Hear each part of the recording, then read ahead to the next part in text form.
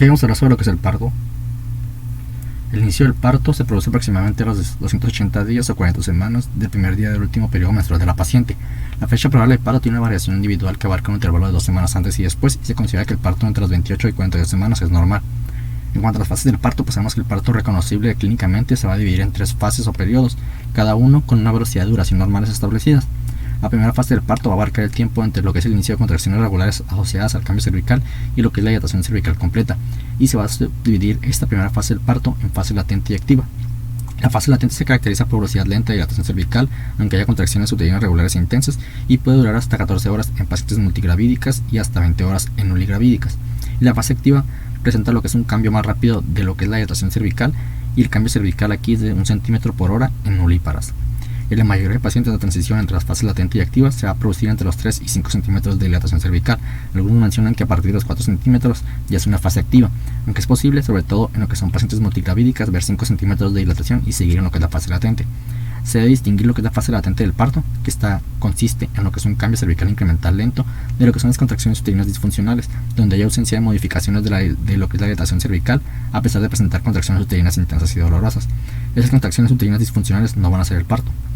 La segunda fase del parto es intervalo entre lo que es la dilatación cervical completa y la expulsión del niño. Se va a caracterizar por descenso de la parte presentada del feto, sensación materna de presión pélvica a medida que avanza el descenso y esfuerzos expulsivos de lo que es la madre, que junto con las contracciones uterinas dan lugar a la expulsión del niño. La duración de la segunda fase varía con la paridad, la etnia, el tamaño fetal y el uso o no de anestesia regional, y puede variar desde minutos hasta 3 horas. La tercera fase del parto va desde la expulsión del niño a la expulsión de la placenta y puede durar hasta 30 minutos, aunque habitualmente va a ser mucho más corta. En cuanto a los movimientos cardinales del parto, pues sabemos que el parto es un movimiento progresivo hacia abajo a través de la pelvis materna mediante los siguientes movimientos cardinales para la presentación del vértice. Va a iniciar con lo que es la orientación, después el encajamiento, que se produce días y semanas antes del parto en primigravídicas, y el inicio del parto en pacientes pacientes multigravídicas se va a producir al inicio del parto, mientras que en primigravídicas se produce días o semanas antes del parto. Después tenemos la flexión del cuello. Algunos mencionan que es primero la flexión del cuello y luego el descenso, otros que es primero el descenso y luego la flexión del cuello. En cuanto a la flexión del cuello, pues hace que el occipucio sea la posición más avanzada, lo que permite presentar el menor diámetro de la cabeza fetal en el estrecho superior de la pelvis. Luego el descenso pues es progresivo a medida que el cuello uterino se adelgaza y el segmento uterino inferior se prolonga. Después tenemos la rotación interna. Aquí el occipucio gira desde la posición transversal hasta una posición posterior interior para atravesar lo que son las espinas isquiáticas. Luego tenemos la extensión. Aquí la cabeza fetal distiende el periné y el occipucio y pasa más allá de lo que es la sínfisis púbica. Y la rotación externa, pues después de la expulsión hasta lo que es la posición transversa, y permite que los hombros giren internamente hasta lo que es una posición anteroposterior. En cuanto a la evaluación inicial de la paciente y lo que es el ingreso hospitalario, pues tenemos que mencionar ciertos aspectos. Lo que es la posible rotura de membranas. Aquí en el 10% de las gestaciones la rotura de membranas precede a lo que es el inicio del parto. Se manifiesta como salida de líquido a través del cuello uterino hacia lo que es el exterior por la vagina, y el diagnóstico diferencial va a incluir la salida de orina, la infección vaginal y la expulsión de moco cervical. Como la rotura prolongada de lo que son las membranas se asocia a mayor incidencia de lo que es una infección materna y neonatal, el tratamiento óptimo de rotura de membranas en el término va a ser la inducción rápida del parto. También tenemos las contracciones uterinas regulares y dolorosas. Estas nos suelen indicar lo que es el inicio del parto. Y también pues, en parte menciona que a veces puede ser difícil distinguir entre lo que es un parto latente verdadero y lo que es un parto falso o contracciones de Braxton Hicks. Las contracciones del parto falso van a tender a ser más irregulares en intensidad e intervalo, y el dolor generalmente está asociado y se va a limitar a lo que es la porción del hipogastrio y las ingles. Habitualmente van a disminuir con el tiempo la analgesia o lo que es la sedación. En cambio, las contracciones del parto latente verdadero van a ser de intensidad progresivamente creciente y a menudo se van a asociar a presión pélvica y lo que es un dolor abdominal y lumbar. La forma nosotros de confirmar un parto verdadero va a ser por medio de la observación a lo largo de lo que son varias horas y la exploración seriada del cuello uterino. También tenemos que mencionar sobre lo que es el sangrado vaginal significativo. Aquí una pequeña cantidad de sangre mezclada con moco es un signo normal de lo que es la dilatación cervical temprana y se denomina lo que es sangrado cervical. Sin embargo, un sangrado vaginal intenso nos puede indicar desprendimiento prematuro de placenta o una placenta previa que nosotros no hayamos diagnosticado.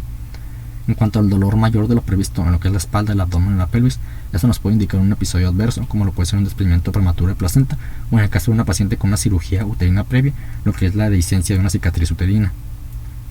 Una anamnesis detallada nos va a permitir determinar si hay una indicación en la paciente para ingresarla al hospital. Si la mujer tiene contracciones, pues se deben de registrar la hora de inicio y la frecuencia de estas, y las preguntas se han de centrar en lo que es la rotura espontánea de membranas, la presencia o ausencia de sangrado y la cantidad fetal. Los datos del laboratorio pues deben incluir el tipo sanguíneo, la hemoglobina y el hematocrito, lo que es un cribado para determinar la diabetes mellitus gestacional cuando esté indicado, la citología cervical, la determinación de anticuerpos frente a lo que es rubiola y el cribado de infecciones como sífilis, hepatitis B, gonorrea, clamidia y VIH. En cuanto a la exploración física que se le debe hacer a la paciente, pues debe incluir lo que son signos vitales, la auscultación de corazón y pulmones y lo que es una exploración neurológica. Se debe determinar también lo que es la orientación fetal y evaluar el tono cardíaco fetal mediante auscultación o con lo que es la monitorización electrónica, controlando la respuesta de la frecuencia cardíaca fetal a las contracciones uterinas. A su vez, se deben explorar lo que son los genitales externos para detectar pues si hay lesiones herpéticas. Si se sospecha rotura de membranas, pues se confirma o se descarta mediante lo que es la exploración con espéculo. Aquí la obtención de líquido amniótico en la vagina o lo que es la visualización directa de la que es la salida de líquido a través del cuello pues nos va a ser indicativa de rotura de membranas. Aquí es importante mencionar pues que el líquido amniótico es relativamente básico en comparación con lo que son las secreciones vaginales. En cuanto al manejo del parto, pues tenemos que va a depender de si es la primera fase del parto, la segunda o tercera fase del parto. En la primera fase del parto, pues los objetivos van a ser monitorizar lo que es el bienestar fetal, dar apoyo a la mujer durante lo que puede ser un periodo pues prolongado e incómodo para ella y ofrecer pues la intervención cuando proceda. Se debe diagnosticar con exactitud si una paciente ya está en lo que es el parto activo o no, y si una paciente tiene indicación fetal o materna de ingreso en lo que es el hospital en las primeras fases del parto, pues se debe animar a que mantenga tanta libertad de movimientos como sea posible. Existe libertad de colocarse como quien, excepto en lo que es el decúbito supino, pues aquí el útero grávido puede comprimir lo que es la vena cava, lo que causaría una disminución del retorno venoso, del gasto cardíaco y del flujo sanguíneo hacia lo que es el útero y otros órganos, ocasionando lo que es el síndrome de decúbito supino hipotensivo de la gestación. Va a ocasionar pues este decúbito supino, lo que es el síndrome de decúbito supino hipotensivo de la gestación, y eso pues realmente pues no lo queremos, ¿no? En cuanto a los signos vitales, pues se deben monitorizar al menos cada 4 horas o con más frecuencia si está indicado por la clínica, y no es necesario colocar una vía intravenosa en todas las mujeres durante lo que es el parto, aunque algunas mujeres deshidratadas o con náuseas pueden beneficiarse de lo que es la hidratación intravenosa. Entonces en estas pacientes deshidratadas o con náuseas pues puede ser indicativo lo que es una vía intravenosa, ¿no? Es prudente pues colocar una vía intravenosa también en lo que son mujeres con riesgo aumentado de hemorragia posparto, por ejemplo pacientes con hemorragia posparto previa, con parto prolongado o un útero sobredistendido, para poder nosotros administrar líquidos y fármacos. Las mujeres con cultivos de cribado positivo para lo que es el estreptococos del grupo B o que han tenido previamente un niño afectado deben de recibir pues antibióticos intravenosos profilácticos durante lo que es el parto para reducir lo que es el riesgo de transmisión al feto y de la consiguiente pues sepsis neonatal. Si no se dispone de lo que son cultivos de cribado, la CDC recomienda pues una estrategia basada en el riesgo. Se va a administrar aquí profilaxis en las siguientes situaciones: lo que es un parto antes de las 36 semanas de gestación, lo que es la rotura de membranas mayores de 18 horas y datos clínicos de infección intrauterina materna. Entonces, en estos pacientes pues que tengan estas situaciones se va a administrar lo que es la profilaxis, un parto antes de 36 semanas, rotura de membranas mayores de 18 y datos clínicos de infección. El tratamiento pues va a ser penicilina 5 millones de unidades inicialmente, seguidos por 2.5 millones de unidades cada 4 horas hasta el parto, y las alternativas van a ser ampicilina, cefazolina o, en el caso de pacientes alérgicas, la clindamicina, eritromicina o vancomicina. La monitorización de la frecuencia cardíaca fetal debe adaptarse a la situación pues, clínica del parto, y se puede monitorizar la frecuencia cardíaca fetal con auscultación intermitente, con lo que sería pues, un monitor externo de forma intermitente o continua, o con un monitor fetal interno. Aquí pues realmente no se conocen o no hay criterios que indiquen con qué frecuencia se debe explorar lo que es el cuello uterino durante la primera fase del parto, y en general pues exploraciones frecuentes durante la fase latente del parto son poco útiles, y en la fase activa del parto pues monitorizar lo que es el progreso con exploraciones cervicales cada 1 a 2 horas nos permite diferenciar aquellas mujeres pues que tienen un progreso normal de las que no lo tienen. La miotomía temprana pues durante lo que es el transcurso del parto normal puede acortar lo que es la primera fase del parto en 1 a 2 horas y reducir la incidencia de fármacos la necesidad de fármacos oxitóxicos. Sin embargo, también nos aumenta lo que es la incidencia de infecciones intrauterinas y cesárea. En cuanto a las indicaciones de amniotomía, van a ser la necesidad de monitorización fetal o lo que es uterina interna, y lo que es una progresión anormal de lo que es el parto. Es mejor pues realizar lo que es la amniotomía cuando la parte presentada esté bien encajada en el cuello, y preferiblemente durante lo que es una contracción para evitar lo que es el colapso del cordón umbilical, y se debe monitorizar lo que es la frecuencia cardíaca inmediatamente antes, durante y después de la técnica de amniotomía. En cuanto a la segunda fase del parto, pues se va a caracterizar por dilatación cervical completa, descenso del vértice fetal en pacientes sin anestesia, sensación de presión pélvica y urgencia que obliga pues, a empujar con fuerza por medio pues de lo que es la madre, ¿no? Esta tiene urgencia que obliga a empujar con fuerza. La exploración interna pues debe confirmar la dilatación completa, además de la posición y planos fetales antes de lo que es el inicio de las presiones maternas, y se debe animar a la mujer a que continúe el parto en una posición que sea más cómoda para ellas y que dé lugar a presiones pues más eficaces para poder expulsar al niño rápidamente, ¿no? La duración varía, pero se considera que la segunda fase está prolongada si dura más de 1 hora para mujeres que ya han tenido hijos y más de 2 horas para nulíparas sin anestesia epidural, o cuando dura más de 2 horas para mujeres que ya han tenido hijos y más de 3 horas para nulíparas que tengan anestesia epidural. Se menciona pues aquí que usar anestesia regional durante el parto puede afectar lo que es el transcurso de la segunda fase. Esto pues puede mejorar realmente la satisfacción de la paciente con la experiencia del parto, pero estas pueden no tener la sensación de presión pélvica que acompaña al inicio de la segunda fase en las mujeres pues que no están anestesiadas. Si la anestesia epidural es profunda, la paciente puede notar las contracciones para coordinar esfuerzos y que empuje, y estos factores pues pueden aumentar la duración de la segunda fase a aproximadamente unos 20-30 minutos.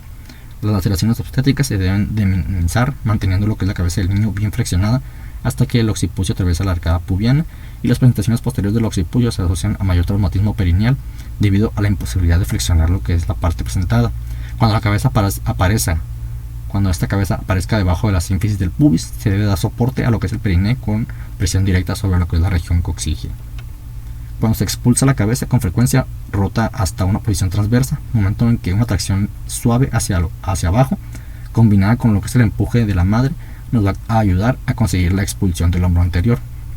La evaluación de la presencia del cordón nucal con reducción si es posible o con pinzado y sección si no es posible lo que es la reducción, se sigue de lo que es la tracción hacia arriba y la extracción de lo que es el hombro posterior, después de lo cual pues va a salir lo que es el resto del niño.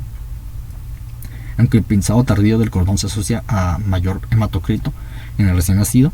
y ciertas ventajas, puede no ser viable en ciertas situaciones en las que la placenta pues la circulación placentaria no esté intacta y pues en la que se requieran pues cuidados neonatales inmediatos. En cuanto a la tercera fase del parto, pues es inmediatamente tras la expulsión del niño. Aquí pues el útero va a iniciar su involución. Las contracciones uterinas van a producir cizallamiento de la placenta, que separa lo que es el útero, y en general se separa, la placenta del útero, y en general se expulsa poco después del niño. Aquí los signos de separación espontánea de lo que es la placenta van a ser un alargamiento aparente del cordón umbilical, un chorro de hemorragia vaginal y lo que es el cambio de forma del útero desde discoide hasta globular.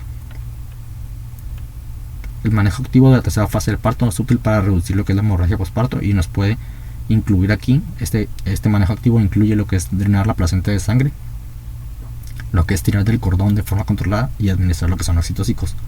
Si se emplea la tracción del cordón, la presión suprapúbica con la mano sobre el abdomen nos va a ayudar a reducir lo que es la posibilidad de inversión uterina y de lo que es una hemorragia catastrófica con choque. Si la placenta no ha salido a los 30-40 minutos de la expulsión del niño o si hay hemorragia intensa, se debe extraer manualmente. También durante lo que es la tercera fase del parto se pueden administrar antibióticos profilácticos como cefalosporina de primera generación cuando se extraiga la placenta de manera manual. Se debe notificar también si se realiza lo que es la extracción manual, ya que esta nos va a aumentar la probabilidad de hemorragia y necesidad de legrado uterino. Siempre se debe inspeccionar la placenta para detectar alteraciones de la inserción del cordón, confirmar la presencia de cordón con 3 vasos y ver si la extracción de la placenta y membranas ha sido completa. Si falta cualquier porción de la placenta o las membranas, se debe explorar manualmente lo que es la cavidad uterina. Después de la expulsión de la placenta, se debe palpar con frecuencia lo que es el útero para asegurarse de que se encuentra bien contraído, debido pues al riesgo de lo que es atonía uterina y de hemorragia obstétrica, y la administración de oxitocina en solución intravenosa o intramuscular reduce lo que es la incidencia de hemorragia posparto por atonía uterina. Es importante también pues no olvidar inspeccionar lo que es el canal de parto, incluyendo lo que es el cuello uterino, la vagina y el periné, para detectar posibles lesiones que requieran pues reparación y que también puedan estar ocasionando una hemorragia posparto. Eso era todo